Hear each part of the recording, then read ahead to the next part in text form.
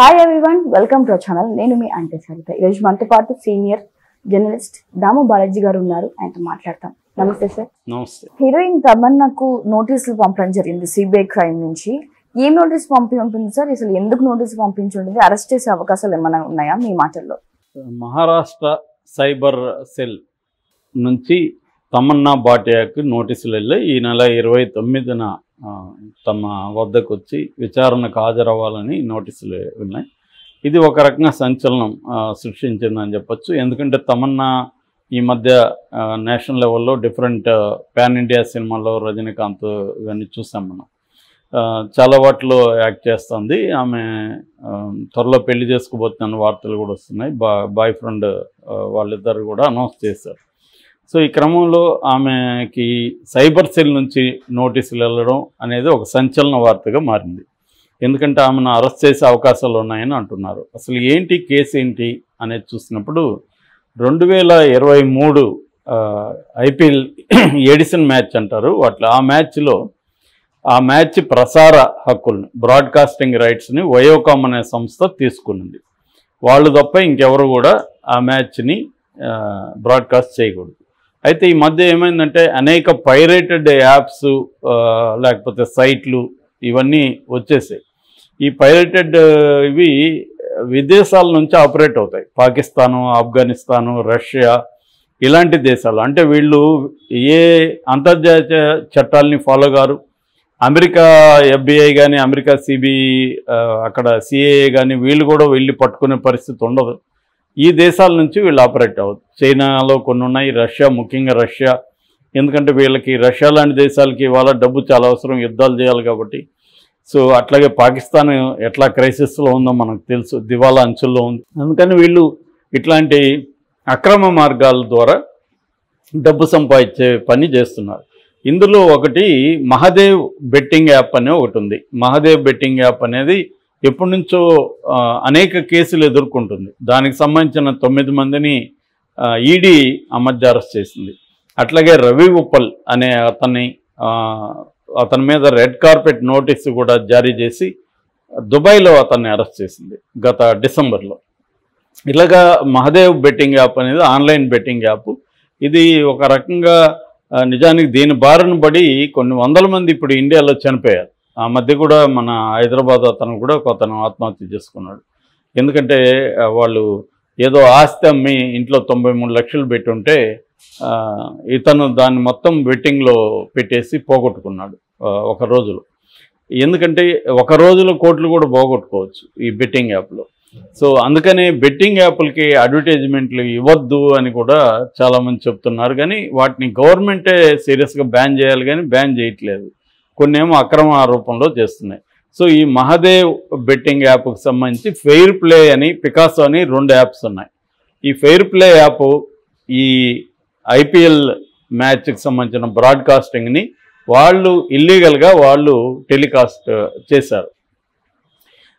ఈ ఫెయిర్ ప్లేకి ప్రమోషనల్గా యాక్టివిటీగా చేయడానికి తమన్నా ఒప్పుకున్నది. ఎందుకంటే వీళ్ళు ఏం చేస్తున్నారంటే వీళ్ళ వెనక ఏ సంస్థలు ఉన్నాయో అవన్నీ చెప్పకుండా సినిమా వాళ్ళకి ఎక్కువ డబ్బులు ఆఫర్ చేస్తే వీళ్ళు కూడా ఏముంది, ఒక 1-2 అవర్స్ వెళ్ళి చిన్న యాడ్ ఫిలింలో యాక్ట్ చేసి వస్తే కోర్టులో వచ్చినప్పుడు ఎవరికైనా డబ్బు అంటే చేదా అంటాం కదా, అలాగే వెళ్ళి సరదాగా సినిమాల కంటే దాంట్లో ఎక్కువ డబ్బులు వస్తాయి వాళ్ళకి. సో అలా వెళ్ళి చేసేస్తారు. చేసిన తర్వాత అర్థమవుతుంది దాని బ్యాక్గ్రౌండ్ ఏంటి, దాని వెనక క్రైమ్ ఏంటి, ఇవన్నీ.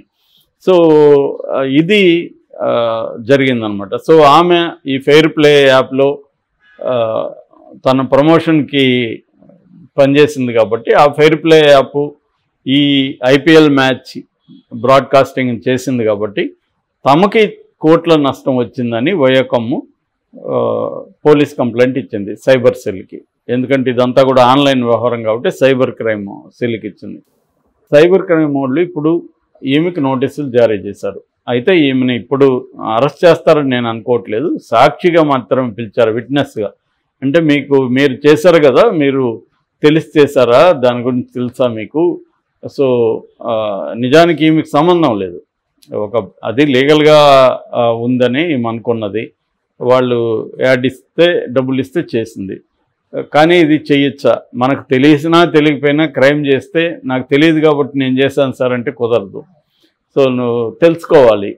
వీళ్ళ పని ఏంటంటే వీళ్ళు డబ్బులు ఇస్తున్నారు కాబట్టి ఎవరికంటే వాళ్ళకి ఇల్లు యాడ్లు చేయడం కరెక్ట్ కాదు. అది ఆ సంస్థ ఎవరు ఏంటని తెలుసుకోవాలి. దాని మీద ఏమైనా కేసులు ఉన్నాయా, పోలీస్ కేసులు, ఇవన్నీ చెక్ చేసుకోవాలి.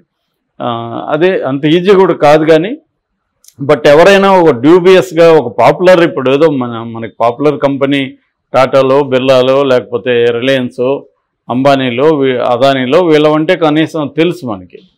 కానీ ఇట్లాంటి కంపెనీలు వచ్చి భారీ మొత్తంలో డబ్బు ఆఫర్ చేస్తున్నప్పుడు సినిమా వాళ్ళు ఎగ్జైట్ అయ్యి చేస్తే మాత్రం ఇట్లాంటి ఇరుక్కుంటారు. ఇదే కేసులో సంజయ్ దత్ కూడా ఇరుక్కున్నాడు. సంజయ్ దత్ కూడా సేమ్ ప్రమోషన్లో ఉన్నాడు. ఆయన యాక్చువల్గా 23వ తేదీ రమ్మంటే ఆయన రాలేదు. మళ్ళీ ఆయనకి 29 డేట్ ఇచ్చారు ఆయనకు కూడా.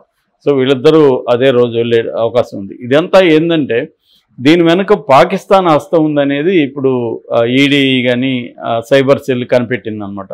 అంటే వీళ్ళకి ఇంకొక పికాసో అనే యాప్ ఉంది. ఆ యాప్లో అయితే అన్ని సినిమాలు పెట్టేస్తున్నారు. సో వెబ్ సిరీస్ వస్తున్నాయి, ఇలాంటి మ్యాచ్లను కూడా ప్రచారం చేస్తున్నారు. సో దీనివల్ల వచ్చే డబ్బులంతా కూడా పాకిస్తాన్కి వెళ్తుంది. ఎందుకంటే ఈ యాప్లు ఇద్దరు పాకిస్తానీ పేర్ల మీద ఉంది. వాళ్ళు దుబాయ్ నుంచి ఆపరేట్ చేస్తున్నారని చెప్తున్నారు. సో ఇదంతా ఒక ఇంటర్నేషనల్ మాఫియాగా మనం చెప్పుకోవచ్చు. ఈ ఇంటర్నేషనల్ మాఫియా ఏంటంటే కొన్ని legal and semi legal, illegal ఇలా రకరకాల రూపాల్లో నడుపుతూ ఉంటుంది. ఈ ఫండ్ అనేది ఇంటర్నేషనల్గా టెర్రరిస్టులకు కూడా పోయే అవకాశం ఉంది. సో అందుకని దీని మీద ఈడీ కూడా చాలా నిఘా పెట్టింది దీంట్లో. ఎందుకంటే ఇదంతా కూడా మనీ లాండరింగ్ కూడా జరుగుతుంది కాబట్టి. సో ఆ రకంగా ఈడీ ఆల్రెడీ 9 మందిని మహాదేవ్ బెట్టింగ్ యాప్కి సంబంధించి 9 మందిని అరెస్ట్ చేసింది. ఈ క్రమంలో ఇప్పుడు ఈ కేసులో అనుకోకుండా తన తప్పేం లేకపోవచ్చు, కానీ తన తప్పు ఎక్కడ ఉందంటే ఒక యాప్ లేదా ఒక సంస్థ తనకు ఒక పబ్లిసిటీ కోసం పిలిచినప్పుడు ఆ సంస్థ గురించి తెలుసుకోవాల్సిన అవసరం ఉంది తప్ప డబ్బులు బాగా ఆఫర్ చేస్తున్నారు కాబట్టి టెంప్ట్ అయిపోయి వెళ్తే ఇప్పుడు ఇలాంటి ఇబ్బందులు ఎదుర్కోవస్తుంది. ఎందుకంటే రేపు పొద్దున ఈ కేసు గట్టిగా సాక్ష్యాన్ని పిలుస్తారు. మామూలుగానే ఈడీలు మన ఇన్వెస్టిగేటివ్ ఏజెన్సీలు బిగినింగ్లో సాక్ష్యాన్ని పిలుస్తారు.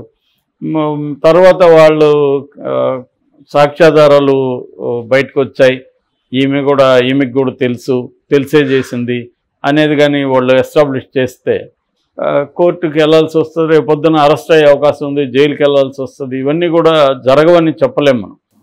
ఎందుకంటే ఇవాళ మనకి దేశంలో పరిస్థితి ఎలా ఉందంటే ఎవరైనా బీజేపీకి యాంటీగా కళాకారులు మాట్లాడినా, ప్రజా సంఘాలు మాట్లాడినా, ఎవరు మాట్లాడినా వాళ్ళని దేంట్లోనో ఒక దాంట్లో కేసులో ఇరికిచ్చి జైలు పంపించే పని జరుగుతుంది దేశవ్యాప్తంగా.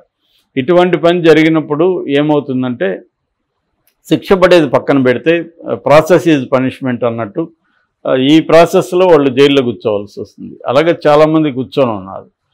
ఇదంతా ఒక ప్లాన్ ప్రకారం నడుస్తుంది. అంటే బీజేపీకి వ్యతిరేకంగా ఏ వర్గాల వాళ్ళు కూడా గొంతు తెరవకూడదు, ఓపెన్ అవ్వకూడదు అనేది ఒక సిగ్నల్ని పంపిస్తున్నారు సింబాలిక్గా.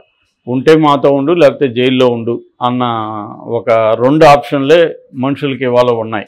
సో మాతో మేము చేసిందంతా సమర్థించు, లేదు సైలెంట్గానే ఉండు, నువ్వు కానీ మాకు వ్యతిరేకంగా మాట్లాడితే మాత్రం జైలుకి వెళ్తావు అన్న ఒక సందేశాన్ని ఇస్తున్నారు. ఈ క్రమంలో ఈమె ఒక రకంగా ఆమె అమాయకంగా ఇరుక్కునిందా లేకపోతే తెలిసే ఇరుక్కునిందా అనేది తెలీదు. మామూలుగా అయితే తెలిస్తే ఎందుకు చేస్తారు వీళ్ళు, జైలుకి పోతామని వాళ్ళకి కూడా తెలుసు కదా. అయినప్పటికీ కూడా కనుక్కోవాల్సిన అవసరం అయితే ఉంది. ముందు తెలుసుకొని యాడ్ ఇవ్వాలి తప్ప డబ్బుల కోసం టెంప్ట్ అయితే మాత్రం ఇటువంటి ఇబ్బందులు తప్పవు. Thank you sir. Thank you.